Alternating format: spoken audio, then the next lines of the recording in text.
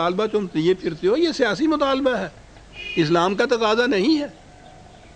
ہندو ہمیں ضمانت دیتا ہے کہ ہماری جمہوریت میں تمہیں اسلام کی آزادی ہوگی، اور اسلام سے ان کا مطلب تھا یہی نماز، روزہ اور طلاق، نکاح طلاق کے معاملات جو ہیں یہ تھی۔ وہ یہ لوگ کہتے تھے کہ اس کے بعد الگ مملکت کا مطالبہ محض، وہ کہا کرتے تھے کہ جناح کا وکیلانہ حربہ ہے، یہ اسلام کا تقاضا نہیں ہے۔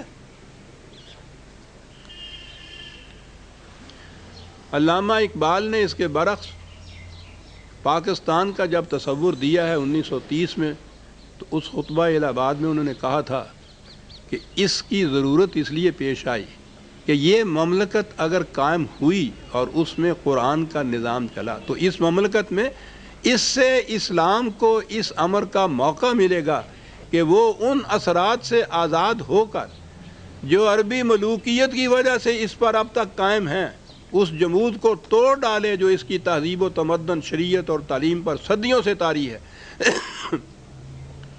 اس سے نہ صرف ان کی صحیح معنوں میں تجدید ہو سکے گی بلکہ وہ زمانہ حال کی روح سے بھی قریب تر ہو جائیں گے۔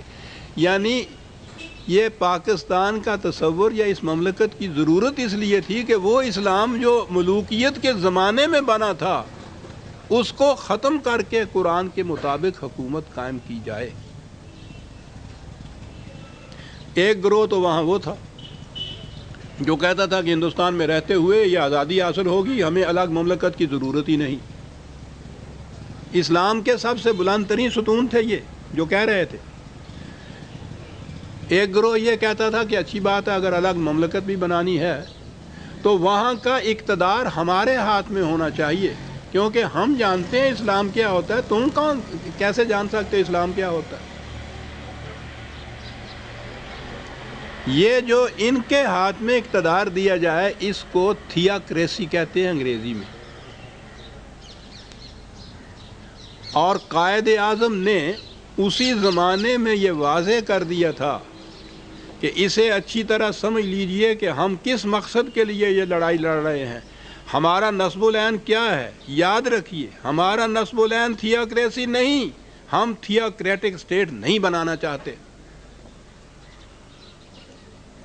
یہ لوگ بڑے حق گو اور بے باک تھے، لگی لپٹی نہیں رکھتے تھے، منافقت نہیں تھی، مصالحت یا مفاہمت کی خاطر گول مول بات نہیں کرتے تھے، یہ کھلے بندوں یہ بات ہوتی تھی وہاں کہ ہم نہیں یہ چاہتے۔ انہوں نے قیام پاکستان کے بعد فروری 1948 میں گورنر جنرل کی حیثیت سے اہل امریکہ کے نام ایک براڈ کاسٹ کا میسج بھیجا تھا۔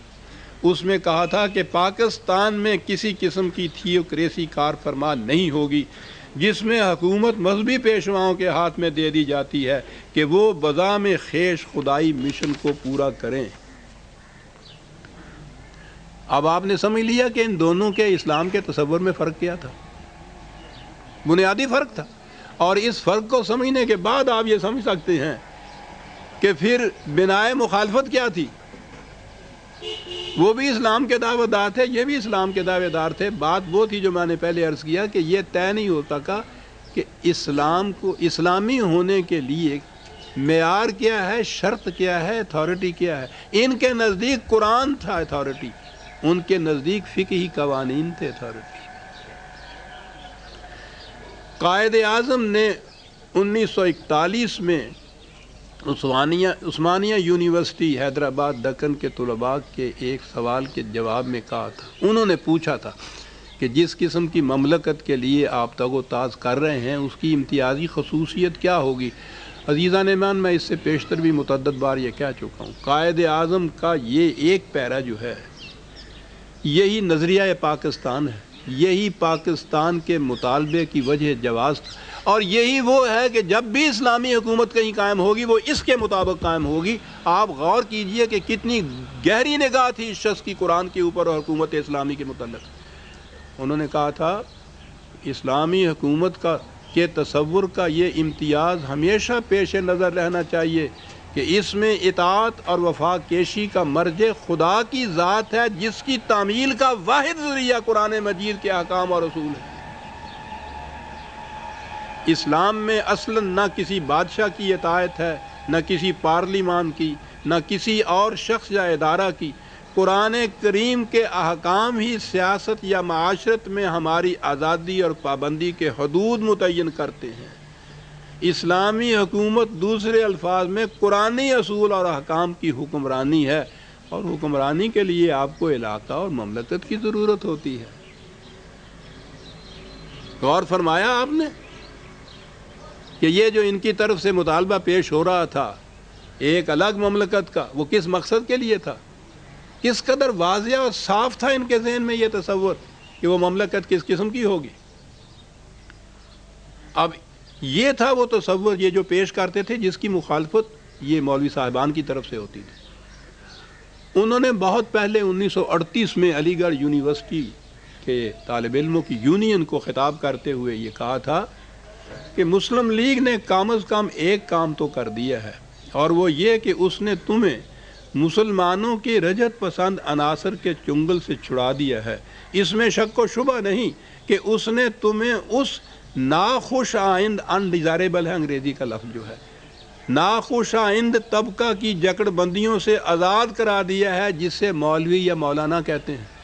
38 میں انہوں نے یہ کہا تھا۔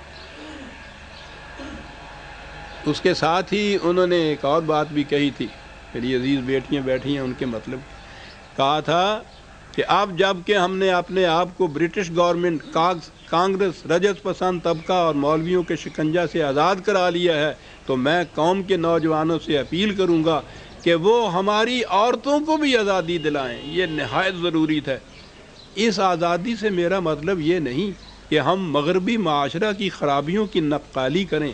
میرا مطلب یہ ہے کہ ہماری خواتین نہ صرف ہماری معاشرتی زندگی میں ہمارا ساتھ دیں، بلکہ ہماری سیاسی زندگی میں بھی ہمارے ہمدوش چلے۔ یہ ان کی آزادی ہوگی۔ 38 میں وہ شخص یہ کہتا ہے۔ علامہ اقبال نے اسی طرح سے 1932 میں، کئی ہیں ان کے بیانات، لیکن وقت چونکہ تھوڑا ہوتا ہے اس لیے میں ان میں سے اختصار کرتا ہوں اور تھوڑا تھوڑا پیش کر رہا ہوں۔ 1932 میں انہوں نے یہ کہا تھا قوم کو مخاطب کر کے کہ تمہارے دین کی یہ عظیم الشان بلند فطری ملاؤں اور فقیہوں کے فرسودہ اوہام میں جکڑی ہوئی ہے اور آزادی چاہتی ہے۔ روحانی اعتبار سے ہم حالات و جذبات کے ایک قید خانے میں محبوس ہیں جو صدیوں کی مدت میں ہم نے اپنے گرد خود تعمیر کر لیا ہے، اور ہم بوڑھوں کے لیے شرم کا مقام ہے کہ ہم نوجوانوں کو ان اقتصادی، سیاسی بلکہ مذہبی بحرانوں کا مقابلہ کرنے کے قابل نہ بنا سکے جو زمانہ حاضر میں آنے والے ہیں۔ ضرورت اس امر کی ہے کہ ساری قوم کی موجودہ ذہنیت کو یکسر تبدیل کر دیا جائے تاکہ وہ پھر نئی آرزوؤں، نئی تمناؤں اور نئے نسب و لین کی امنگ کو محسوس کرنے لگ جائے۔ یہ تھی جنگ عزیزان مان، یہ اقبال وہ قائد اعظم تھا۔ اس کے جواب میں جیسا کہ ان حضرات کا معمول ہے، وہ جسے مذہبی مقدس گالی کہتے ہیں، کفر کے فتوے ایک ایک کے خلاف ایسے ایسے شنیع الفاظ میں وہ کفر کے فتوے ہیں، ان کو پیش نہیں کیا جا سکتا عزیزان مان، کیونکہ یہ جو تحریک تھی اس کے ان مطالبات اور نصب العین اصولوں کا نقیب بہرحال یہ گناہ گار تھا۔ اس لیے ظاہر ہے کہ اس کے خلاف تمہیں فتویٰ بڑے فخر یہ کہتے ہیں کہ اسلام کی تاریخ میں سب سے بڑا کفر کا فتویٰ اس شخص کے یعنی میرے خلاف لگا تھا۔ کہتے ہیں 1000 علماء کرام کے دستخط سے اس کے اوپر۔ چلیے ریکارڈ تو کوئی بیٹ کیا میں نے آج کل ریکارڈ توڑنے کی بڑی بات ہو رہی ہے صاحب۔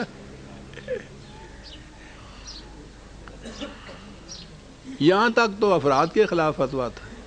اب سمجھیے ان لوگوں کی طرف سے عوام کو جب یہ فتویٰ دیا جائے کہ لیگ کی حمایت کرنا، اس میں چندے دینا، اس کا ممبر بننا، اس کی اشاعت و تبلیغ کرنا، منافقین و مرتدین کی جماعت کو فروغ دینا ہے، یہ فتویٰ تھا جناب لیگ کے متعلق۔